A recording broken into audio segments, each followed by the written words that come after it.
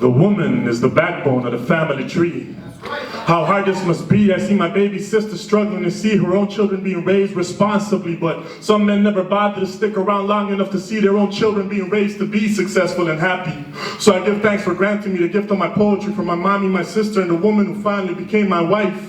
Life would not be the same without women to shelter men from the rain, but as men we cause you women so much shame. As men we cause you women so much pain, and your hearts are so big that your love us are the same. So I have to say it again. The woman is the backbone of the family tree. How hard this must be for all the single mothers to be raising their seeds responsibly. So I want all the mothers to be honored tonight. This is your night. I want all the mothers and all the women going home feeling blessed tonight, because for 9 months we kick, contract, and we fight inside of your wombs, keeping you up at nights. Your spirits are elevated to great heights many men could never achieve. Every month you bleed and your period comes to be demonized in this society, telling you to hide it, selling you toxic tampons and telling you to try it, to buy it. The magazines tell you to diet, to eat less, take your natural hair color and dye it. Since you're a young child, men teach you that you have to be quiet, but you grow older, we steal money from your work and then they deny it. They pass laws to even up the pay scales, but they don't apply it, and then they try to justify it, telling me that yeah, but women are. I tell them don't try it, just apply it, because I've seen some women working a triple shift who don't ever seem to get tired, but a boss will find out that you're pregnant and you get fired. To work in some companies a fucking pregnancy test is required, but ladies, I admire the fire you have acquired, because without you, many revolutions could not have transpired. Without you,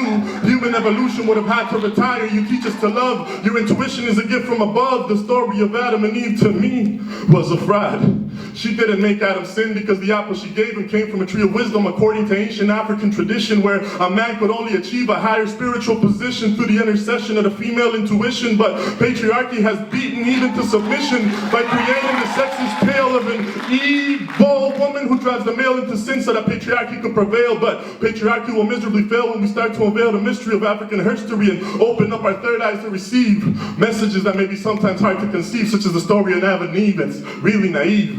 The story says that it was Adam's rib that created Eve, therefore making the story about Adam and Eve about Adam's Eve. Eve belongs to Adam. That's where that story will lead. That's what they want us to believe, that Adam was created first and that after him it was Eve. But you all know that the day that precedes New Year's Day is called New Year's. And nobody can deny that Christmas Day comes after Christmas. So who do you think came first, Adam or Eve? My answer has to be Eve.